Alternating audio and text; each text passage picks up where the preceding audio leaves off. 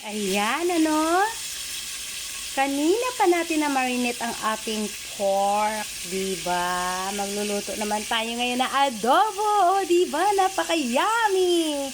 Yan, magluto ang ating mapagmahal na ina vlogger. O, see?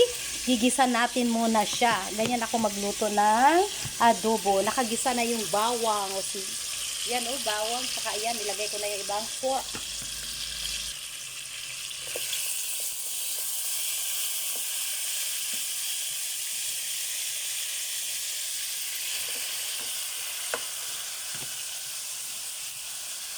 Mas masarap po kasi talaga pag nagigisa, ano? Dahil pag gisa mo pa lang, amoy pa lang, adobo na ang amoy. So, basta sa bawang, maaano niyo yung amoy sa bawang. Ayan na, di ba? Yummy! Ayan, ano, halong-halo na ang ating adobo. Antayin na lang po natin siyang maluto at lumambot syempre, di ba? Ayan. Hayaan lang natin po siya ng nakaganyan mahinang apoy. Ayan.